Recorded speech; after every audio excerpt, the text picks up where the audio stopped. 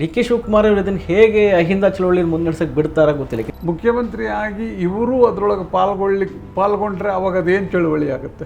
ಮತ್ತು ಎಲ್ಲವನ್ನ ಕಾಂಗ್ರೆಸ್ ಪಕ್ಷದ ಹಿತಕ್ಕೆ ಬಳಸಿಕೊಳ್ಳಬಹುದಾದ ಎಲ್ಲ ಚಾಲಾಕಿತನ ಡಿ ಕೆ ಶಿವಕುಮಾರ್ಗೆ ಇದೆ. ಸಿದ್ದರಾಮಯ್ಯನವರು ಮೌನ ಇದೆಯಲ್ಲ, ಅದು ಭಾಳ ಕೆಲಸ ಇರ್ತದೆ. ಯಾವುದೇ ರಾಜಕಾರಣಿಯ ಮೌನ ಕೆಲವು ಸಾರಿ ಅಪಾಯಕಾರಿ ಅಂತ ಅನ್ಸುತ್ತೆ. ಸಿದ್ದರಾಮಯ್ಯ 3 ತಿಂಗಳು ನಾನು ಏನು ಮಾಡಲ್ಲ ಅಂತ ಹೇಳುವ ಕಾಲಕ್ಕೇನೆ ಇನ್ನೊಂದು ಮಾತನ್ನು ಹೇಳಿದರು. ನನ್ನ ಹೆಂಗೆ ನೋಡ್ಕೋತಾರೆ ಅನ್ನೋದು ಕೂಡ ಇಂಪಾರ್ಟೆಂಟ್ ಆಗುತ್ತೆ. ಹಿಂದುಳಿದ ವರ್ಗ ಅಂತಂದರೆ 2 ಜಾತಿ, ಈಡಿಗರು ಮತ್ತು ಕುರುಬರು. ದಲಿತರಲ್ಲಿ 2 ಬಲಗೈ ಎಡಗೈ ಅಷ್ಟೇನ ಇರೋದು. ಸಿದ್ದರಾಮಯ್ಯನವರನ್ನು ಸ್ವಲ್ಪ ಎಲ್ಲೋ ಹೈಕಮಾಂಡ್ ನೆಗ್ಲೆಕ್ಟ್ ಮಾಡ್ತಾ ಅಂತ ಮಂಗಳ ವೈದ್ಯನ ಬಿಟ್ಟು ತಾನೇ ನಿಮಗೆ ಮಲ್ಲಿಕಾರ್ಜುನ ಸೇರಿಸಿದ್ದು. ಹಾಗೆ ಶಿವಣ್ಣನ ಸೇರಿಸೋದಕ್ಕೆ ಯಾರನ್ನೋ ಒಬ್ಬರನ್ನ ಬಿಡಬೇಕು. ಆ ಬಿಡೋರು ಯಾರು? ಬಿಟ್ಟರೆ ಎತ್ತಿಂದನೇ ಬಿಡಬೇಕಾಗಿತ್ತು. ಎಲ್ಲರಿಗೂ ನಮಸ್ಕಾರ.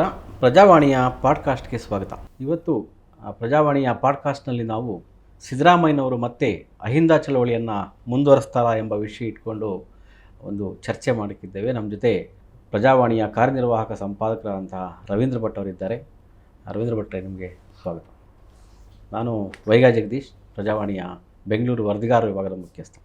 ಇವತ್ತು ಒಟ್ಟಾರೆ ಸಿದ್ದರಾಮಯ್ಯನವರ ಕೇಂದ್ರಿತ ರಾಜಕಾರಣ ಕರ್ನಾಟಕದಲ್ಲಿ ಬದಲಾಗಿ ಡಿ ಕೆ ಶಿವಕುಮಾರ್ ಕೇಂದ್ರಿತ ರಾಜಕಾರಣ ಮುನ್ನೆಲೆಗೆ ಬಂದಿದೆ. ಏಕೆಂದರೆ ಅವರಿಗೆ ಮುಖ್ಯಮಂತ್ರಿ. ಡಿ ಕೆ ಶಿವಕುಮಾರ್ ಅವರ ಒಟ್ಟು ಸರ್ಕಾರದ ಒಂದು ಏನು ವರ್ಚಸ್ಸು ಬದಲಾಗ್ತಾ ಇದೆ. ಆಮೇಲೆ ಒಂದು ಸರ್ಕಾರಕ್ಕೆ ಏನು ಹೊಸದಾದಂಥ ಹೊಸತನವನ್ನು ಡಿ ಕೆ ಶಿವಕುಮಾರ್ ತಂದುಕೊಟ್ಟಿದ್ದಾರೆ.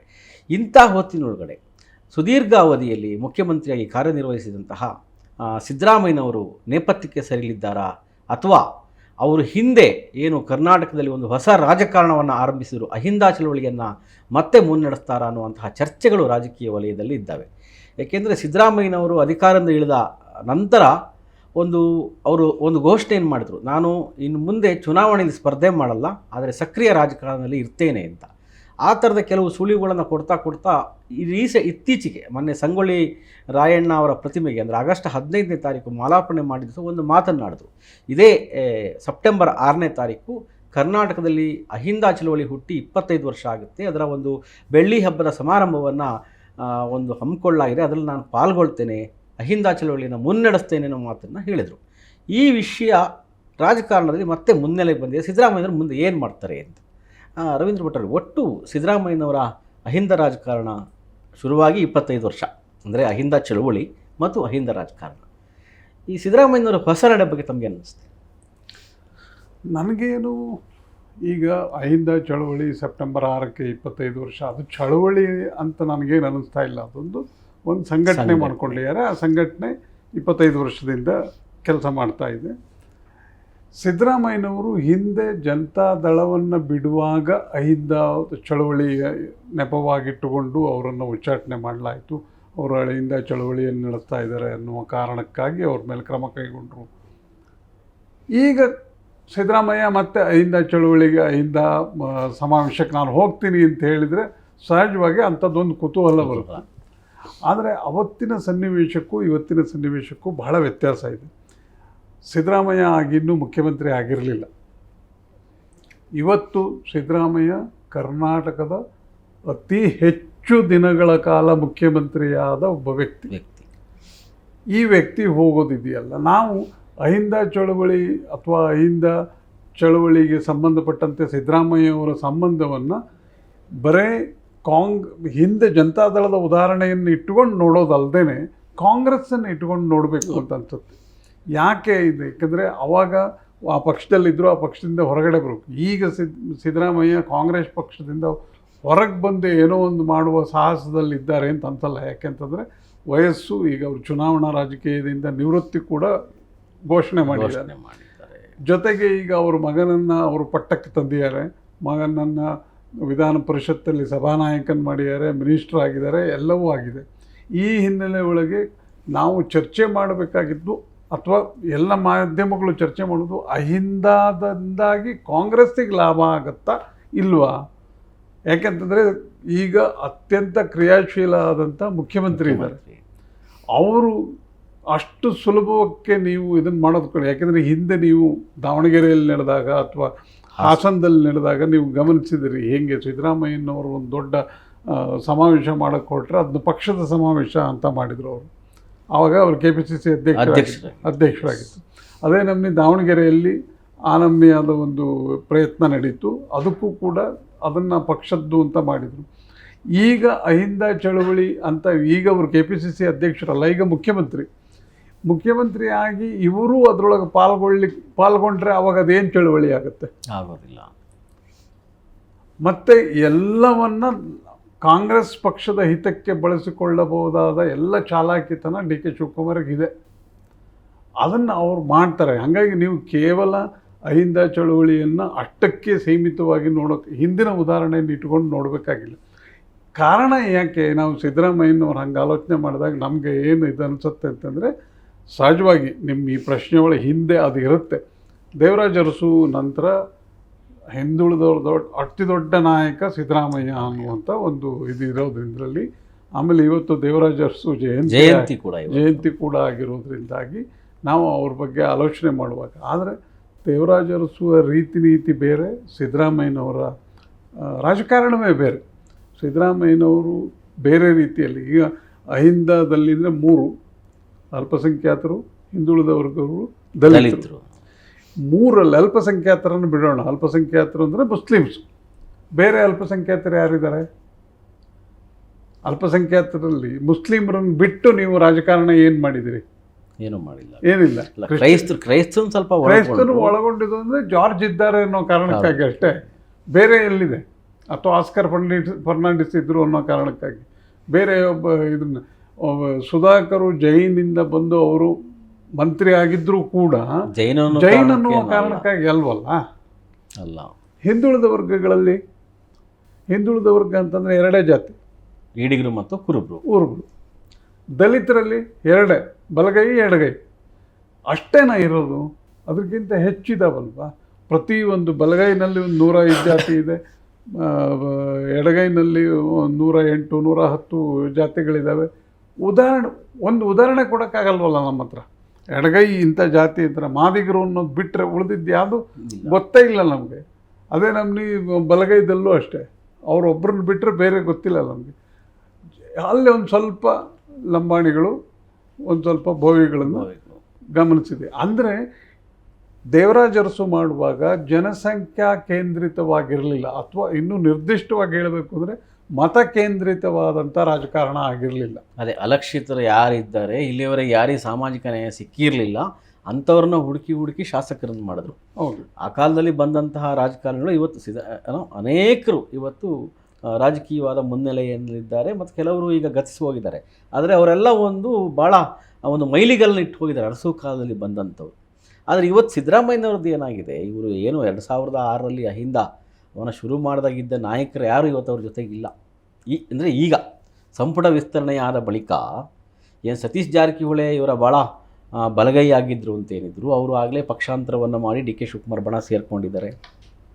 ಅವತ್ತು ಅಹಿಂದ ಜೊತೆಗಿದ್ದಂಥವ್ರು, ಅಂದರೆ ನಾನು ರಾಜಕೀಯವಾಗಿ ಹೇಳೋದು, ಹಿಂದ್ಗಡೆ ಇದ್ದಮ್ಮ ಕೂಡ ಬೇರೆ ಇರ್ಬೋದು, ಲಕ್ಷ್ಮೀಪತಿಯವರು ಬೇರೆ ಇರ್ಬೋದು, ಆ ಥರದ್ದು ಸುಮಾರು ಜನ ಇದ್ದಾರೆ. ನರಸಿಂಹಯ್ಯನವರು ಎಲ್ಲ ಅವತ್ತು ಅಹಿಂದ ಕಟ್ಟಿದಂಥವ್ರು ಇರಬಹುದು.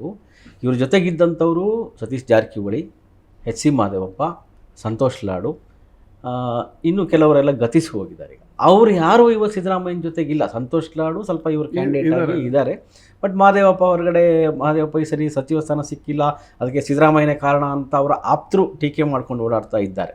ಅವರ ಬೆಂಬಲಿಗರು ಕೂಡ ಪ್ರೊಟೆಸ್ಟ್ ಕೂಡ ಮಾಡಿದ್ರು, ತಮ್ಮ ಮಗನಿಗಾಗಿ ಸಿದ್ದರಾಮಯ್ಯನವರು ನಮಗೆ ಅವಕಾಶ ಕೊಡಲಿಲ್ಲ ಅನ್ನುವಂಥದ್ದು. ಅವತ್ತು ಯಾರ್ಯಾರು ಜನತಾ ಪಕ್ಷದಿಂದ ಸಿದ್ದರಾಮಯ್ಯನ ಜೊತೆಗೆ ಬಂದರು, ಇವತ್ತು ಬಹುತೇಕರು ಇಲ್ಲ. ಅಹಿಂದ ಚಳವಳಿಯನ್ನು ಕಟ್ಟಿದ ಪ್ರಮುಖರುಗಳ ಕೈಗೆ, ಅದು ಒಕ್ಕಲಿಗರಾದಂತಹ ವೆಂಕಟೇಶ್ ಕೂಡ ಅವತ್ತು ಜೊತೆಗೆ ಬಂದಂಥವ್ರು. ಇವತ್ತು ಅವ್ರ ಸಚಿವ ಸ್ಥಾನ ಸಿಕ್ಕಿಲ್ಲ, ಅವರೆಲ್ಲ ಸೇರಿ ಏನೋ ಒಟ್ಟಾಗಿದ್ದಾರೆ. ಈಗ ಮಾದೇವಪ್ಪ, ವೆಂಕಟೇಶ್ ಇನ್ನೊಂದು ಗುಂಪು ಮಾಡ್ಕೊಂಡಿದ್ದಾರೆ. ಆಮೇಲೆ ಇಲ್ಲಿವರೆಗೆ ಅಹಿಂದ ನಾಯಕರಾಗಿ ಸಿದ್ದರಾಮಯ್ಯನ ಬಳಿಕ ಏನು ಸತೀಶ್ ಜಾರಕಿಹೊಳಿ ನಾನು ಅದನ್ನು ವಹಿಸ್ಕೊಳ್ತೇನೆ ಅನ್ನೋ ಮಾತುಗಳನ್ನು ಆಡಿದ್ರು. ಗೊತ್ತಿಲ್ಲ ಈಗ ಅಹಿಂದ ನಾಯಕರಲ್ಲೇ ಸಿದ್ದರಾಮಯ್ಯನ ಕೈಯಲ್ಲೇ ಇರ್ತದೋ, ಅಥವಾ ಸತೀಶ್ ಜಾರಕಿಹೊಳಿ, ನೀವು DK ಶಿವಕುಮಾರ್ ಅವ್ರ ಮಾತನ್ನು ಆಗಲೇ ಹೇಳಿದ್ರಿ. DK ಶಿವಕುಮಾರ್ ಅವರು ಸಿದ್ದರಾಮಯ್ಯನವರು 75 ವರ್ಷ ಆದಾಗ 23ರ ಚುನಾವಣೆ ಮೊದಲು ದಾವಣಗೆರೆಯಲ್ಲಿ ಸಮಾವೇಶ ಮಾಡಕ್ಕೆ ಹೊರಟಾಗ ಅವರನ್ನು ಬಿಂಬಿಸಿಕೊಳ್ಳೋದಕ್ಕಾಗಿ DK ಶಿವಕುಮಾರ್ ಅವರು ಅದಕ್ಕೆ ತಕರಾರು ತೆಗೆದು ಕೊನೆಗೆ ಪಕ್ಷದ ಕಾರ್ಯಕ್ರಮ ಅಂತ ಮಾಡಿದ್ರು. ಹಾಸನದಲ್ಲಿ ಕೂಡ ಅದೇ ರೀತಿ ಮಾಡಿ ಹೈಕಮಾಂಡ್ನಿಂದ ಹೇಳಿಸಿ ಇದು ಸರ್ಕಾರ ಕಾಂಗ್ರೆಸ್ ಪಕ್ಷದ ಕಾರ್ಯಕ್ರಮ ಮಾಡಬೇಕು ಅಂಥೇಳಿ ಮಾಡಿದ್ರು, ಎರಡು ಕಡೆ ಹಂಗೆ ಮಾಡಿದ್ರು. ಈಗಲೂ ಕೂಡ ಸತೀಶ್ ಜಾರಕಿಹೊಳಿ ಅವ್ರ ಜೊತೆಗಿದ್ದಾರೆ. ಮಹದೇವಪ್ಪನ ಜೊತೆಗೆ ಅವ್ರು ಎಷ್ಟು ವಿಶ್ವಾಸವಾಗಿದ್ದಾರೆ ಗೊತ್ತಿಲ್ಲ, ಯಾಕೆಂದರೆ ಸಂಪುಟ ಸಭೆ ಮೂಲಕ ದೂರ ಆದಂಗಿದ್ದಾರೆ. ಬಟ್ ಮಹದೇವಪ್ಪನವ್ರ ಮನೆಗೆ ಹೋಗಿ ಡಿ ಕೆ ಶಿವಕುಮಾರ್ ಮನವೊಲಿಸೋ ಕೆಲಸವನ್ನು ಮಾಡಿದರು.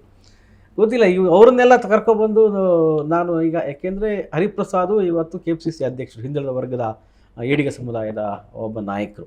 ಡಿ ಕೆ ಶಿವಕುಮಾರ್ ಅವರು ಇದನ್ನು ಹೇಗೆ ಅಹಿಂದ ಚಳವಳಿಯನ್ನು ಮುನ್ನಡೆಸೋಕ್ಕೆ ಬಿಡ್ತಾರ ಗೊತ್ತಿಲ್ಲ. ಯಾಕೆ ನೀವು ಹಿಂದೆ ಕೂಡ ಯಡಿಯೂರಪ್ಪನವ್ರು ಮುಖ್ಯಮಂತ್ರಿ ಇಳಿದ ಸಂದರ್ಭದಲ್ಲಿ, ಯಡಿಯೂರಪ್ಪನವ್ರನ್ನ ಇಳಿದ ಸಂದರ್ಭದಲ್ಲ, ಅವರು ಏನು ಹೇಳಿದ್ರು, ನಾನು ಮುಂದೆ ರಾಜ್ಯಾದ್ಯಂತ ಪ್ರವಾಸ ಮಾಡ್ತೇನೆ, ಪಕ್ಷವನ್ನು ಪುನಃ ಸಂಘಟಿಸ್ತೇನೆ ಅಂತ ಪಾಪ ಇವತ್ತು ಯಡಿಯೂರಪ್ಪನವ್ರು ಹೇಳ್ತಿದ್ದಾರೆ.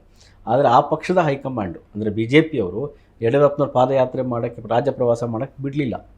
ಈಗಲೂ ಕೂಡ ಡಿ ಕೆ ಶಿವಕುಮಾರ್ ಅವರು ಕಾಂಗ್ರೆಸ್ ಪಕ್ಷದ ರಾಹುಲ್ ಗಾಂಧಿ ಇದ್ದಾರೆ, ಸೋನಿಯಾ ಗಾಂಧಿ, ಪ್ರಿಯಾಂಕಾ, ಇವರ ಒಂದು ಬೆಂಬಲ ಅವರಿಗಿದೆ. ರಾಹುಲ್ ಗಾಂಧಿಗಿಂತ ಹೆಚ್ಚಾಗಿ ಸೋನಿಯಾ ಗಾಂಧಿ ಮತ್ತು ಪ್ರಿಯಾಂಕಾ ವಾದ್ರಾ ಅವರ ಬೆಂಬಲ ಇದೆ. ಅದರ ಮೂಲಕ ಅವರು ತಡೆ ಒಡ್ಡಿದರೂ ಕೂಡ ಆಶ್ಚರ್ಯ ಇಲ್ಲ. ಈ ಥರ ಅಹಿಂದ ಚಳವಳಿ ಅಥವಾ ಮಾಡಿದ್ರೆ ನೀವು ಪಕ್ಷದ ವೇದಿಕೆ ವತಿಯಿಂದ ಮಾಡಿ. ಯಾಕೆಂದರೆ ನಮ್ಮ ಹಿಂದುಳಿದ ವರ್ಗದ ಅಲ್ಲಿ ನೀವು ಗಮನಿಸಬೇಕಾದ ಅಂಶ ಏನು ಅಂತಂದರೆ, BK ಹರಿಪ್ರಸಾದು KPCC ಅಧ್ಯಕ್ಷರಿದ್ದಾರೆ, ಹಿಂದುಳಿದ ವರ್ಗದ, ಅವರು ಹಿಂದುಳಿದ ವರ್ಗದವರು, ಅವರು ಅಹಿಂದ ಅಂತಲೇ ಹೇಳಬೇಕಲ್ಲ, ಬೇರೆ ಏನು ಹೇಳೋಕ್ಕಾಗುತ್ತೆ?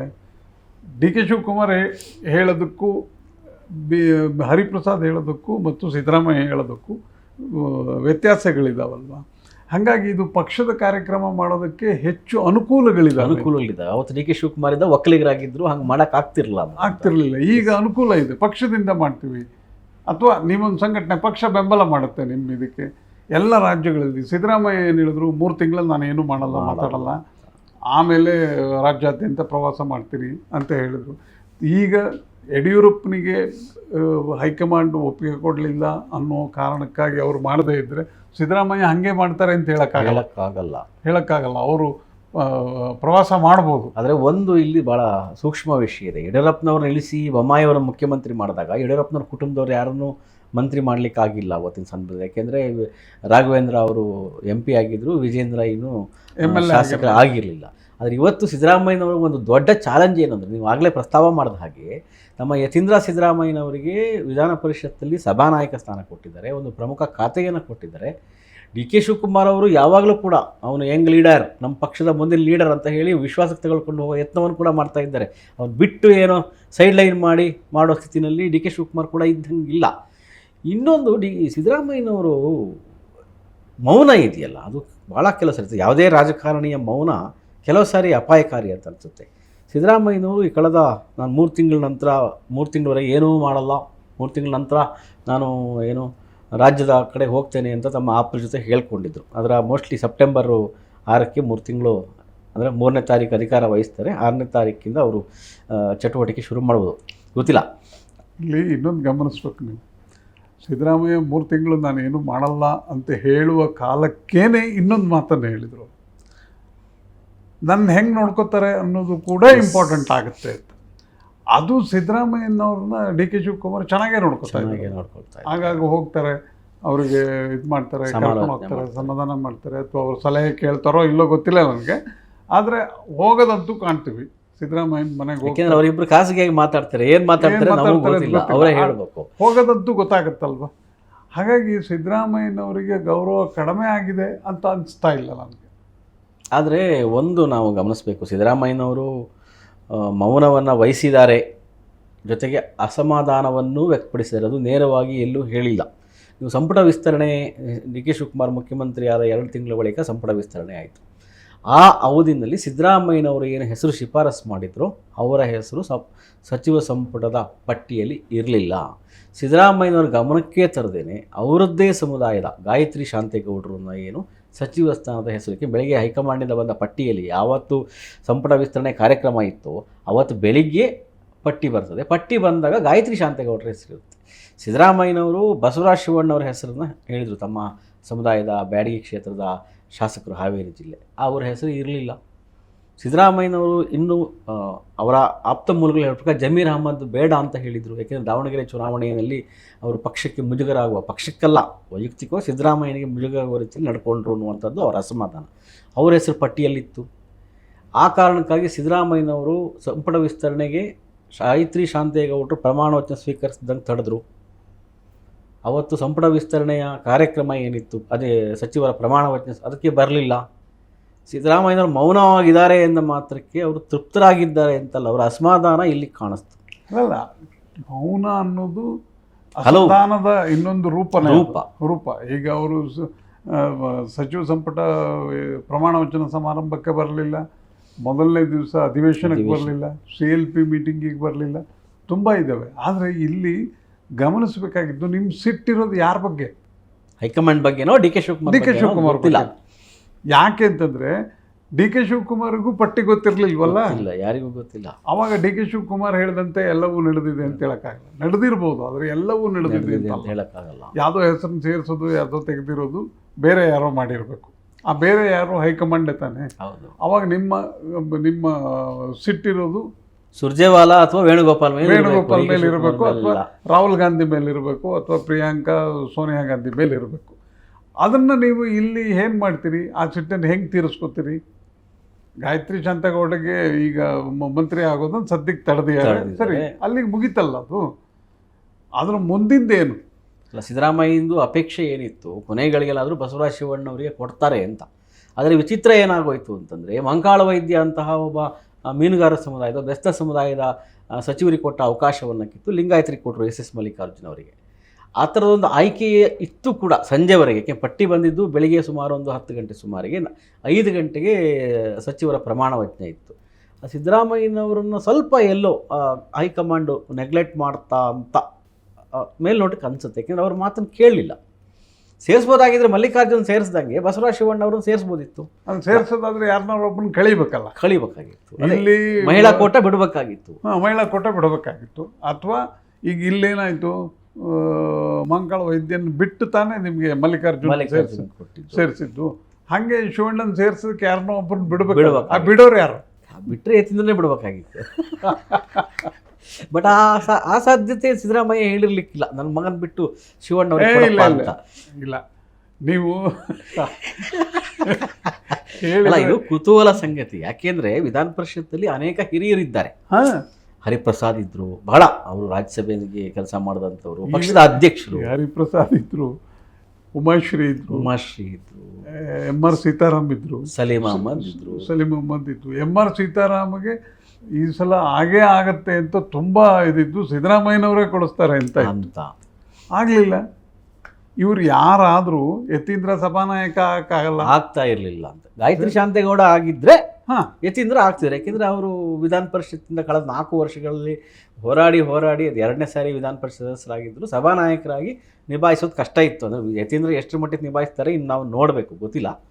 ಬಟ್ ಅದೊಂದು ಸೂಕ್ಷ್ಮ. ಸಿದ್ದರಾಮಯ್ಯನವರಿಗೆ ಬೇರೆ ಯಾರು ವಿಧಾನ ಪರಿಷತ್ತಿಂದ ಮಾಡಿದರೆ ತಮ್ಮ ಏನು ತಾವು ಸಭಾನಾಯಕರಾಗಿ ಮೇಲೆ ಏನು ಕೆಳಮನೆಯಲ್ಲಿದ್ದರೋ ಅದೇ ಸ್ಥಾನ ಮೇಲ್ಮನೆಯಲ್ಲಿ ಯತೀಂದ್ರ ಕೊಡಿಸಿದ್ದಾರೆ ಇವತ್ತು.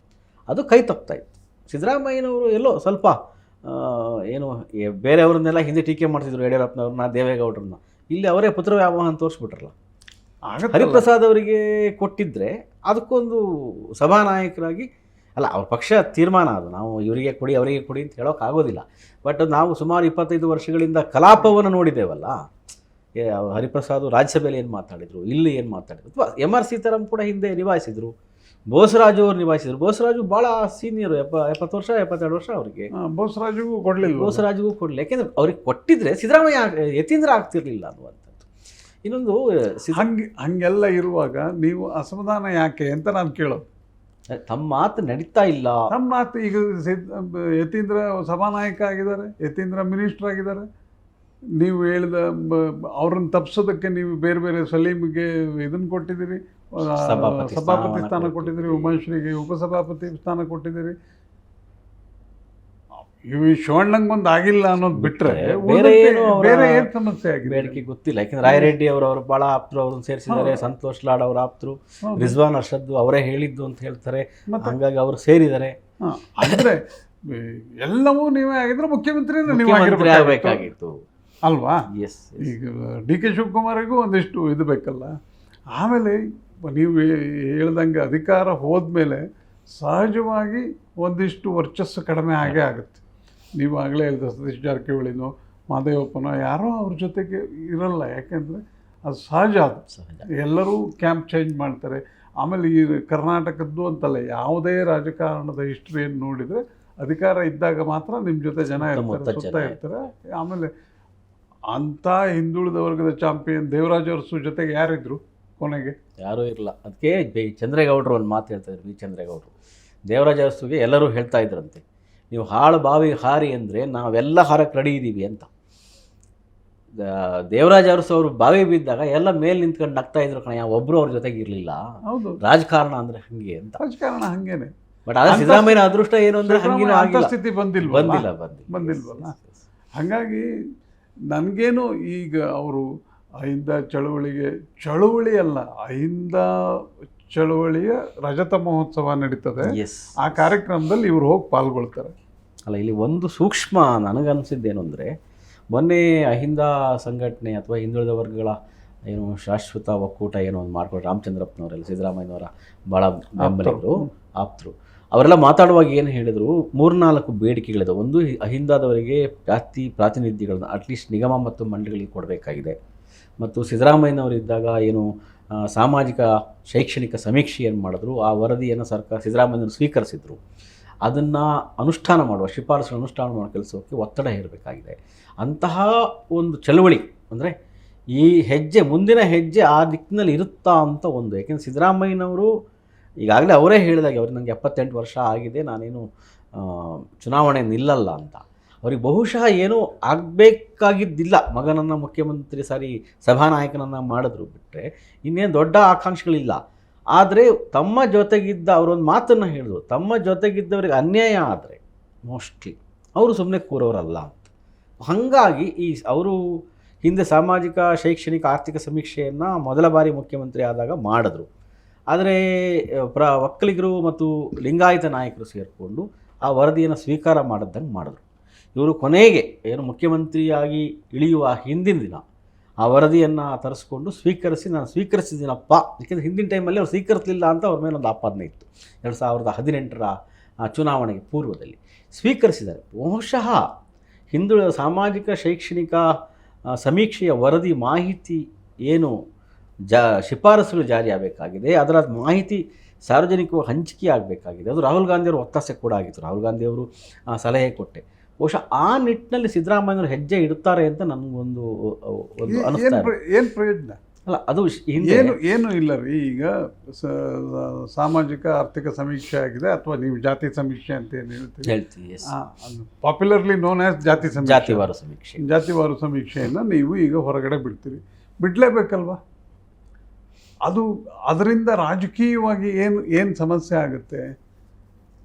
ಈಗ ಸಿದ್ದರಾಮಯ್ಯ ಅದಕ್ಕೆ ಒತ್ತಡ ಮಾಡ್ತಾರೆ, ಅಹಿಂದ ಚಳುವಳಿಯವರು ಒತ್ತಡ ಮಾಡ್ತಾರೆ, ರಾಹುಲ್ ಗಾಂಧಿ ಅದ್ರ ಪರವಾಗಿದ್ದಾರೆ, ಡಿ.ಕೆ. ಶಿವಕುಮಾರ್ ಮಾಡಲ್ಲ ಅಂತ ಹೇಳೋಕ್ಕಾಗತ್ತಾ? ಅಲ್ಲ, ಬಹುಶಃ ಆ ಥರದ್ದೇನಾದ್ರು ಡಿ.ಕೆ. ಶಿವಕುಮಾರ್ ಅವರು 2 ನಡೆಯನ್ನು ಮಾಡಿದ್ರು ಹಿಂದೆ ಈ ಸಮೀಕ್ಷೆಯನ್ನು ಜಾರಿ ಮಾಡುವಾಗ. ಹೊಸದಾಗಿ ನಡೆಯೋದಕ್ಕೆ ಕಾರಣ ಡಿ.ಕೆ. ಶಿವಕುಮಾರ್, ಅದರೊಳಗೆ ಅನುಮಾನ ಇಲ್ಲ. ತಡೆದಿದ್ದು ಅವರೇ. ಡಿ.ಕೆ. ಶಿವಕುಮಾರ್ ಹಿಂದೆ ಈಗಾಗಲೇ ತೀರ್ಕೊಂಡಂತಹ ಶಾಮನೂರು ಶಿವಶಂಕರಪ್ಪ ಒತ್ತಡ ಹಾಕಿ ಆ ವರದಿಯನ್ನು ತಡೆ ಹಿಡಿಸಿದ್ರು. ಈಗ ಅದೇ ವರದಿಯನ್ನು ಡಿ.ಕೆ. ಶಿವಕುಮಾರ್ ಅಂದರೆ ಪರಿಷ್ಕೃತ ವರದಿಯನ್ನು ಡಿ.ಕೆ. ಶಿವಕುಮಾರ್ ಸ್ವೀಕರಿಸ್ತಾರಾ ಅನ್ನೋದು ಒಂದು ಸಂದೇಹ ಕೂಡ ಇದೆ. ಬಹಿರಂಗ ಮಾಡಬೇಕಲ್ಲ, ಬಹಿರಂಗ ಮಾಡಬೇಕಾದ್ರೆ ಸ್ವೀಕರಿಸಿ ಆಗಿದೆ, ಅದು ಸಂಪುಟಕ್ಕೆ ತಂದು ಒಪ್ಪಿಗೆ ಕೊಡಬೇಕು ಅಥವಾ ರಿಜೆಕ್ಟ್ ಮಾಡಬೇಕು, ಏನಾರು ಒಂದು ಮಾಡಬೇಕಲ್ಲ. ಅದನ್ನು ಮಾಡೋದ್ರಿಂದ ನಿಮ್ಮ ರಾಜಕೀಯವಾಗಿ ಏನು ಪರಿಣಾಮ?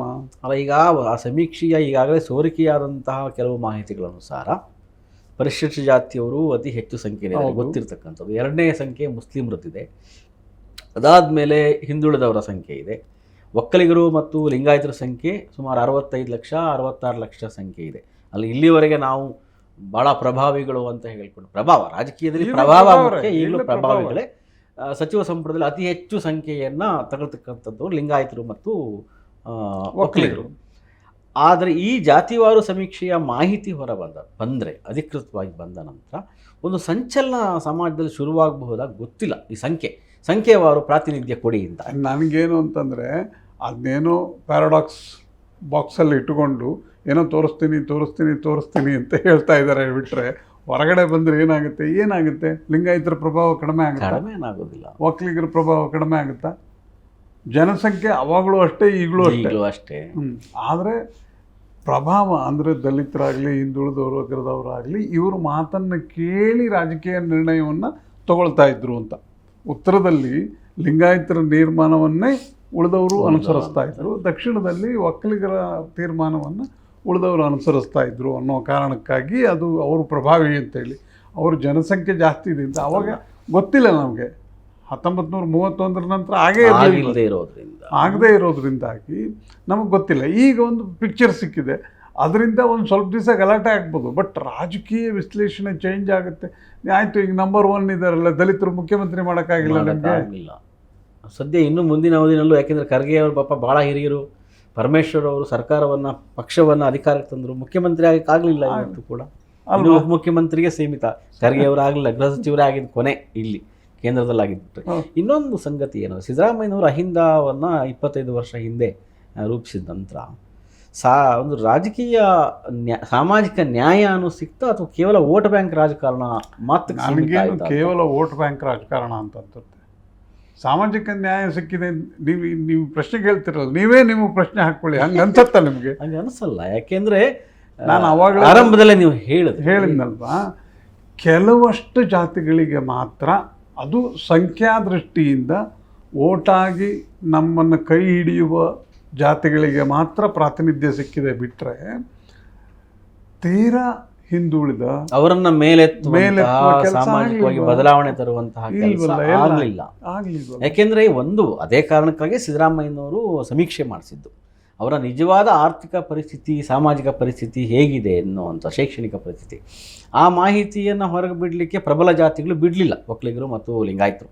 ಬಹುಶಃ ಅದನ್ನು ಅವತ್ತೇ ಮೊದಲ ಅವಧಿಯಲ್ಲೇ ಸಿದ್ದರಾಮಯ್ಯ ಸ್ವೀಕರಿಸಿದರೆ, ಅವತ್ತು ಕೂಡ ಸಚಿವ ಸಂಪುಟದಲ್ಲಿದ್ದಂತಹ ಭಾಳ ಪ್ರಭಾವಿ ಜಾತಿಗಳು, ಅದರಲ್ಲಿ ಏನು ಈಡಿಗರು ಇದ್ದರು, ಬ್ರಾಹ್ಮಣರು ಇದ್ದರು, ಒಕ್ಕಲಿಗರು ಇದ್ದರು, ಲಿಂಗಾಯತರಿದ್ದರು. 2018ರಲ್ಲಿ ಸಿದ್ದರಾಮಯ್ಯನವರು ಮುಖ್ಯಮಂತ್ರಿ ಆದಾಗ ಅವರೇ ಅದನ್ನು ತಡೆ ಹಿಡಿದ್ರು. ಬ್ರಾಹ್ಮಣರು, ಈಡಿಗರು, ಒಕ್ಕಲಿಗರು, ಲಿಂಗಾಯತರು ಇದು ತಗೊಂಬಂದರೆ ಚುನಾವಣೆಯಲ್ಲಿ ನಮಗೆ ಡ್ಯಾಮೇಜ್ ಆಗುತ್ತೆ, ಬೇಡ ಬಿಡ್ರಿ ಅಂತ. ಮೋಸ್ಟ್ಲಿ ಇದು ಸಿದ್ದರಾಮಯ್ಯ ಅವತ್ತೇ ಅದನ್ನು ಸ್ವೀಕರಿಸ್ತಿದ್ರೋ ಗೊತ್ತಿಲ್ಲ.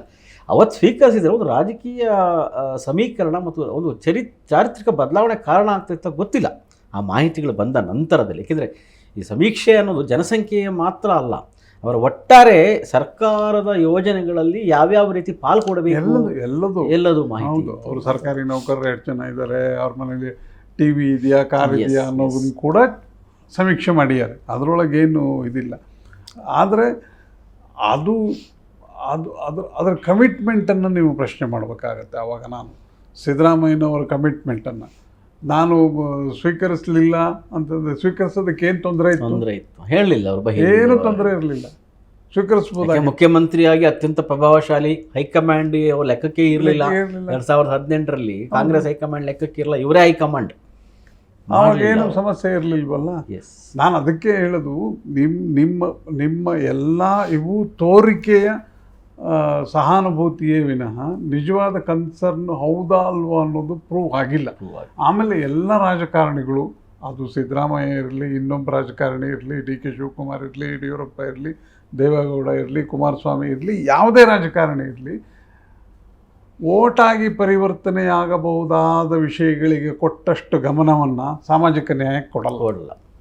ಇನ್ನು ಒಂದು ಕೊನೆಯದಾಗಿ ಸರ್, ಈಗ ಕರ್ನಾಟಕದಲ್ಲಿ ನಾವು ಪ್ರಬಲ ರಾಜಕಾರಣಿಗಳು ಅಂತ ಏನು ಅಂದ್ಕೊಳ್ತೀವಿ ಅಂದರೆ, ಒಂದು ಸಮುದಾಯದ ಬ್ಯಾಕ್ಗ್ರೌಂಡ್ ಇರ್ತಕ್ಕಂಥವ್ರು ಅಥವಾ ಮಾಸ್ ಲೀಡರ್ ಅನ್ನೋಂಥವ್ರು. ಬಂಗಾರಪ್ಪನವ್ರು ಇರ್ಬೋದು, ಯಡಿಯೂರಪ್ಪನವ್ರು ಇರ್ಬೋದು, ಸಿದ್ದರಾಮಯ್ಯ ಇರ್ಬೋದು. ಬಂಗಾರಪ್ಪ ಮತ್ತು ಯಡಿಯೂರಪ್ಪನವರು ತಮ್ಮದೇ ಕಾರಣಗಳಿಗಾಗಿ, ತಮ್ಗೆ ಅಧಿಕಾರ ಸಿಕ್ಕಿಲ್ಲ ಅನ್ನೋ ಕಾರಣಕ್ಕಾಗಿ ಬಂಗಾರಪ್ಪನವ್ರು ಸುಮಾರು 3 ಸಾರಿ ಪಕ್ಷ ಬಿಟ್ಟರು, ಯಡಿಯೂರಪ್ಪನವರು 1 ಸಾರಿ ಪಕ್ಷ ಬಿಟ್ಟರು. ಸಿದ್ದರಾಮಯ್ಯನವರು ಈಗ ಪಕ್ಷ ಬಿಡ್ತಾರೋ, ಪಕ್ಷದಲ್ಲಿ ಇದ್ಕೊಂಡು ಅಹಿಂದ ಮಾಡ್ತಾರೋ ಗೊತ್ತಿಲ್ಲ. ಈ ಥರದ ಒಬ್ಬ ನಾಯಕ ಪಕ್ಷ ಬಿಟ್ಟಾಗ ಆ ಪಕ್ಷ ಮುಂದಿನ ಚುನಾವಣೆ ಅಧಿಕಾರಕ್ಕೆ ಬಂದಿಲ್ಲ. ಯಡಿಯೂರಪ್ಪನವ್ರು ಬಿಟ್ಟಾಗ BJP ಬರಲಿಲ್ಲ, ಬಂಗಾರಪ್ಪ ಬಿಟ್ಟಾಗ ಕಾಂಗ್ರೆಸ್ ಬರಲಿಲ್ಲ. ಬಹುಶಃ ಸಿದ್ದರಾಮಯ್ಯನ ನಡೆ ಏನಾಗಿರುತ್ತೆ ಅಂತ ಸಿದ್ದರಾಮಯ್ಯನವರೇ ಹೇಳಬೇಕು, ಗೊತ್ತಿಲ್ಲ. ಆ ಥರದ್ದು 28ರ ಚುನಾವಣೆ ಈಗ ನೀವು ಹೇಳ್ದಂಗೆ ಅದು ಯಡಿಯೂರಪ್ಪ ಇರ್ಬೋದು, ಬಂಗಾರಪ್ಪ ಇರ್ಬೋದು, ಸಿದ್ದರಾಮಯ್ಯ ಇರ್ಬೋದು, ಯಾವುದೇ ಜನನಾಯಕ ಒಬ್ಬ ಒಂದು ಪಕ್ಷವನ್ನು ಬಿಟ್ಟರೆ, ಯಾಕೆಂದರೆ ರಾಜಕಾರಣದಲ್ಲಿ ಗೆಲ್ಲಿಸೋದಕ್ಕಿಂತ ಸೋಲಿಸೋದು ಸುಲಭ. ನೀವು ಇವರನ್ನು ಸೋಲಿಸ್ಬೋದು. ಈಗ ಅಕಸ್ಮಾತ್ ಸಿದ್ದರಾಮಯ್ಯನವರು ಅಹಿಂದ ಚಳುವಳಿಯನ್ನು ನಾವು ಮಾಡಿ ಅಥವಾ ಅದರ ಪಕ್ಷದ ಒಳಗಡೆ ಇದ್ಕೊಂಡು ಅಥವಾ ಹೊರಗಡೆ ಇದ್ಕೊಂಡು ತೀವ್ರವಾಗಿ ಮಾಡಿದರೆ ಕಾಂಗ್ರೆಸ್ ಪಕ್ಷದ ಮೇಲೆ ಇಫೆಕ್ಟ್ ಆಗೇ ಆಗುತ್ತೆ. 28ರಲ್ಲಿ ಚುನಾವಣೆಯಲ್ಲಿ ಇಫೆಕ್ಟ್ ಆಗುತ್ತೆ. ಆಮೇಲೆ BJP ಅವರು ಏನು ಸುಮ್ಮನೆ ಕುಂತಿರ್ತಾರೆ, JDS BJP ಅವರು ಇದನ್ನು ಬಳಸ್ತಾ ಇರ್ತಾರೆ. ಇವೆಲ್ಲ ಕಾರಣಗಳು ಗೊತ್ತಿದ್ದೇನೆ ಇದನ್ನೆಲ್ಲ ನೀವು ಸರ್ಕಾರಿ ಕಾರ್ಯಕ್ರಮದ ಹಾಗೆ ಇದನ್ನೆಲ್ಲ ಕಾಂಗ್ರೆಸ್ ಪಕ್ಷದ ಕಾರ್ಯಕ್ರಮದ ಹಾಗೆ ಮಾಡಬಹುದಾದ ಸಾಧ್ಯತೆಗಳೇ ಜಾಸ್ತಿ ಅಂತ ನನಗನ್ಸುತ್ತೆ. ಅದೇ ಕೊನೆಯದಾಗಿ ಒಟ್ಟು ಚಂತೆ ಸಿದ್ದರಾಮಯ್ಯನವರು ನೀವಾಗಲೇ ಪ್ರಸ್ತಾವ ಮಾಡಿದ ಹಾಗೆ ಕಾಂಗ್ರೆಸ್ ಒಳಗಡೆ ಇದ್ದುಕೊಂಡು ಅಹಿಂದ ಚಳವಳಿಯನ್ನು ಅದು ಯಾವ ರೀತಿ ಯಾರು ಮಾಡಲಿ, ಅದು ಅಹಿಂದ ಓಟ್ ಏನು ಅಲ್ಪಸಂಖ್ಯಾತರು, ಹಿಂದುಳಿದ ದಲಿತರ ಓಟು ಇನ್ನಷ್ಟು ಕಾಂಗ್ರೆಸ್ ಪರವಾಗಿ ಈಗ ಏನಿತ್ತು ಅದು ಭದ್ರವಾಗಿ ಉಳಿಬಹುದು. ಅವರೇನೋ ಭಿನ್ನ ಸ್ವರ ತೆಗೆದುಕೊಂಡು ಹೊರಟ್ರೆ ಬಹುಶಃ ಕಾಂಗ್ರೆಸ್ಗೆ ಅದನ್ನು ಬಿ ಜೆ ಪಿಯವರು ಬಳಸ್ಕೊಂಡು ಕಾಂಗ್ರೆಸ್ಗೆ ಒಂದಿಷ್ಟು ಮೈನಸ್ ಆಗಬಹುದು, ಗೊತ್ತಿಲ್ಲ. ಒಟ್ಟು ಸಿದ್ದರಾಮಯ್ಯನವ್ರ ನಡೆ ಅಂತೂ ಕುತೂಹಲಕರ ಆಗಿದೆ ಅಂತ ನಾವು ಈ ಹೊತ್ತಿನಲ್ಲಿ ಹೇಳ್ಬೋದು. ವೀಕ್ಷಕರೇ, ಇಲ್ಲಿಯವರೆಗೆ ನಾವು ಒಟ್ಟಾರೆ ಸಿದ್ದರಾಮಯ್ಯನವರ ಮುಂದಿನ ನಡೆ ಏನು, ಅವರ ಒಟ್ಟಾರೆ ಹಿಂದಿನ ನಡೆಗಳು ಏನಾಗಿತ್ತು ಎಂಬ ಬಗ್ಗೆ ಒಂದು ಚರ್ಚೆಯನ್ನು ನಡೆಸಿದ್ದೇವೆ. ಇಲ್ಲಿಯವರೆಗೆ ನಮ್ಮ ಜೊತೆ ಚರ್ಚೆಯಲ್ಲಿ ಪಾಲ್ಗೊಂಡಂತಹ ರವೀಂದ್ರ ಭಟ್ ಅವರಿಗೆ ಧನ್ಯವಾದಗಳು. ಇದೇ ರೀತಿಯ ನಮ್ಮ ಕಾರ್ಯಕ್ರಮಗಳನ್ನು ವೀಕ್ಷಣೆ ಮಾಡ್ತಿರ್ತಕ್ಕಂತಹ ಎಲ್ಲ ವೀಕ್ಷಕರಿಗೂ ಕೂಡ ಧನ್ಯವಾದಗಳು. ಈ ರೀತಿಯ ಕಾರ್ಯಕ್ರಮಗಳನ್ನು ನೋಡೋದಕ್ಕಾಗಿ ಪ್ರಜಾವಾಣಿ ಪಾಡ್ಕಾಸ್ಟ್ ನೋಡ್ತಾ ಇರಿ. ನಮಸ್ಕಾರ.